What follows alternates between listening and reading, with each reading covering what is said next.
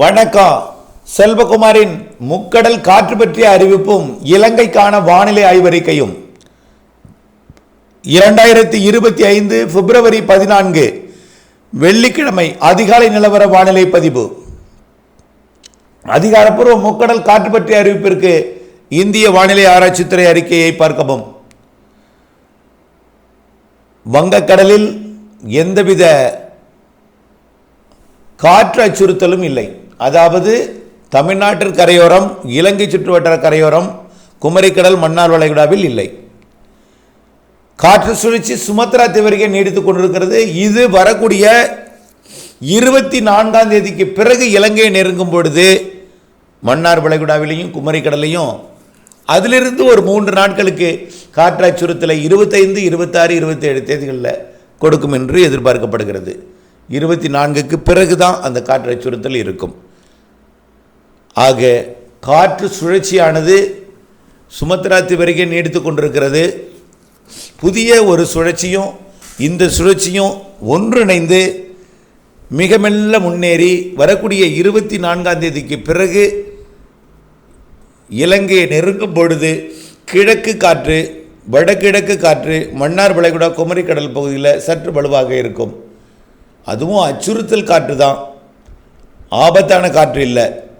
இடையிடையே விட்டு விட்டு வீசும் காற்று தான், இடையூறு கொடுக்கும் காற்று தான் அச்சுறுத்தல் காற்று. வரக்கூடிய 24க்கு பிறகு 28ஆம் தேதி வரை பெரும்பாலும் குமரிக்கடல் மன்னார் வளைகுடாவில் கொஞ்சம் வலுவாக இருக்கும்.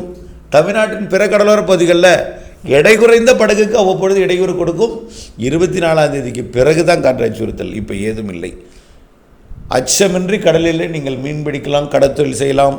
தூத்துக்குடி கொழும்பு, தூத்துக்குடி மாலத்தீவு, தூத்துக்குடி லட்சத்தீவு இடைப்பட்ட சரக்கு போக்குவரத்திற்கு எந்தவித பிரச்சனையும் இல்லை.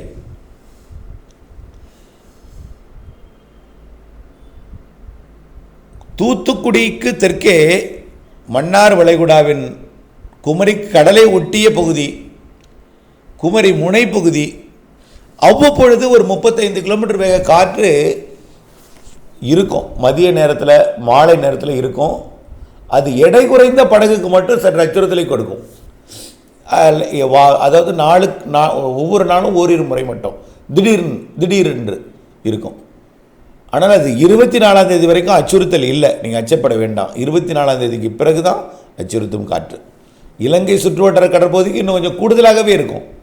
22ஆம் தேதியிலிருந்தே இலங்கையோட கிழக்கு பகுதியில் கொஞ்சம் அச்சுறுத்தல் காற்று இருக்கும். இலங்கையை பொறுத்த வரைக்கும் இலங்கைக்கு கிழக்கே, அதாவது வங்கக்கடல் பகுதியில், தெற்கு மத்திய பகுதி, இதெல்லாமே 20ஆம் தேதி 18ஆம் தேதியிலேருந்து காற்று வலுவாக இருக்கும். ஆழ்கடலில் ஆக காற்று சுழற்சி பேசுபொருளாகும். பேசுபொருள்னால் இதுவரைக்கும் எந்தவித காற்று சுழற்சி வானிலை பற்றி எந்தவித அறிக்கையும் இல்லை. ஆனால் இந்த மாத இறுதியில் ஒரு காற்று சுழற்சி வருகிறது என்ற ஒரு அறிவிப்பு இந்திய வானிலை ஆய்வு கிடைக்கும். அப்பொழுது காற்று பற்றிய எச்சரிக்கை இருக்கும். காற்று புயல் காற்று அல்ல, சாதாரண விட்டு விட்டு வீசக்கூடிய காற்று. குமரிக்கடல் மன்னார் வளைகுடாவிற்கு மட்டும் அச்சுறுத்தும் காற்று. தமிழ்நாட்டின் கரைக்கு எடை குறைந்த படகுக்கு மட்டும் அந்த 25, 26, 27 தேதிகளில் அவ்வப்பொழுது ஒரு முறை விட்டு விட்டு வீசும் காற்று அச்சுறுத்தல் காற்று தான். எடை குறைந்த படகுக்கு மட்டும், மன்னார் வளைகுடா குமரிக்கடலுக்கு மட்டும் அச்சுறுத்தல். அடுத்தபடியாக இலங்கைக்கான வானிலை. இலங்கையை பொறுத்த வரைக்கும் மிரட்டும் வானிலை தான் தற்பொழுது. 19ஆம் தேதிக்கு பிறகு கூடுதல் மிரட்டும்.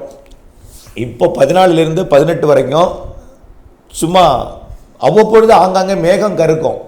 அதனால் மழை வாய்ப்பு இல்லை இலங்கையை பொறுத்த வரைக்கும். 19ஆம் தேதியிலிருந்து தென் இலங்கையில் கொஞ்சம் கூடுதல் மிரட்டல் இருக்கும். தென் இலங்கையில் கொஞ்சம் கொஞ்சம் தூறல் இருக்கும். 19ஆம் தேதிக்கு மேலே 19 விட 20, 20 விட 21, 22, 23 தேதிகளில் இலங்கையோட தெற்கு தென்கிழக்கு பகுதியில் மிரட்டும் வானிலை மட்டும் இருக்கும். 23 தேதிக்கு மேல் இலங்கையில் ஆங்காங்கே தூறல் நனைக்கும் மழை 23, 24 தேதிகளில் இருக்கும். தூறல் நனைக்கும் மழை 23, 24ஆம் தேதி.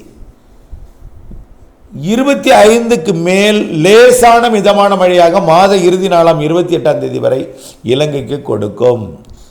காற்று சுழற்சி சுமத்ரா தீவிலிருந்தும் தென்சீன கடற்பகுதியிலிருந்து தெற்கு அந்தமான் கடற்பகுதி வழியாக ஒன்றும் வந்து இணைந்து இலங்கைக்கு நெருக்கமாக வர முற்பட்டு உயரழுத்தத்தின் காரணமாக முன்னேற முடியாமல் அடுத்த காற்று சுழற்சி சுமத்ரா தீவு தென்சீன கடற்பகுதியிலிருந்து அந்தமான் கடற்பகுதிக்கு மேலும் ஒரு காற்று சுழற்சி வர, அதோடு இடைவதற்காக மீண்டும் வந்த இடத்திற்கே திரும்பி போய் தீவிரமடைஞ்சு மார்ச் முதல் வாரத்தில் மீண்டும் ஒரு காற்று சுழற்சியாக வரும்.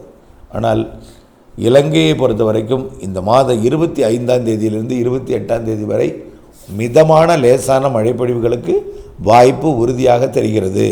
அதுவும் ஆங்காங்கே ஒதுக்கி மழைப்பொழிவுகள் இந்த மாத 25, 26, 27 தேதிகளில் இருக்கும். 19ஆம் தேதியிலிருந்து குழப்பம், 20லிருந்து கொஞ்சம் கூடுதல் குழப்பம், 23லிருந்து நனைக்கும் மழை, தூறல் மழை, 25லிருந்து மழை, 26, 27, 28 மிதமான லேசான மழைப்பொழிவுகள் இருக்கும்.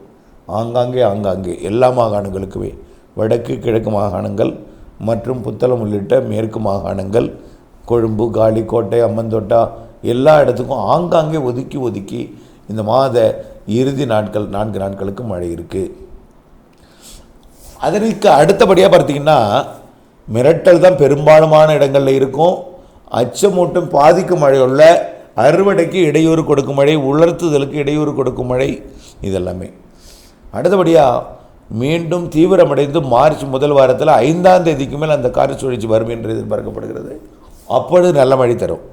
அந்த நிகழ்வு இலங்கைக்கு கண்டிப்பாக நல்ல மழை தரும் மார்ச் முதல் வாரத்தில். அப்படி மார்ச் 15 தேதியில் ஒன்றும், மார்ச் 25 ஒன்றுமாக மேலும் 2 நிகழ்வுகள் மார்ச்சில் இருக்கும். கண்டிப்பாக சூரியன் குத்துக்கதிர் மார்ச் 21 வந்த பிறகு வளிமண்டலம் முழுமையாக சாதகமடைத்திடும், உயரழுத்தம் விலகி போய்விடும். போராட்டம் என்பது தாழ்வு சுழற்சிக்கு இருக்காது. தாழ்வு சுழற்சி சாதாரணமாகவே வந்து காற்று சுழற்சி மழைப்பொழிவை கொடுப்பதற்கு வாய்ப்பு மார்ச் இறுதியிலிருந்து 21ஆம் தேதிக்கு பிறகு படிப்படியாக வாய்ப்பு அதிகரிக்கும்.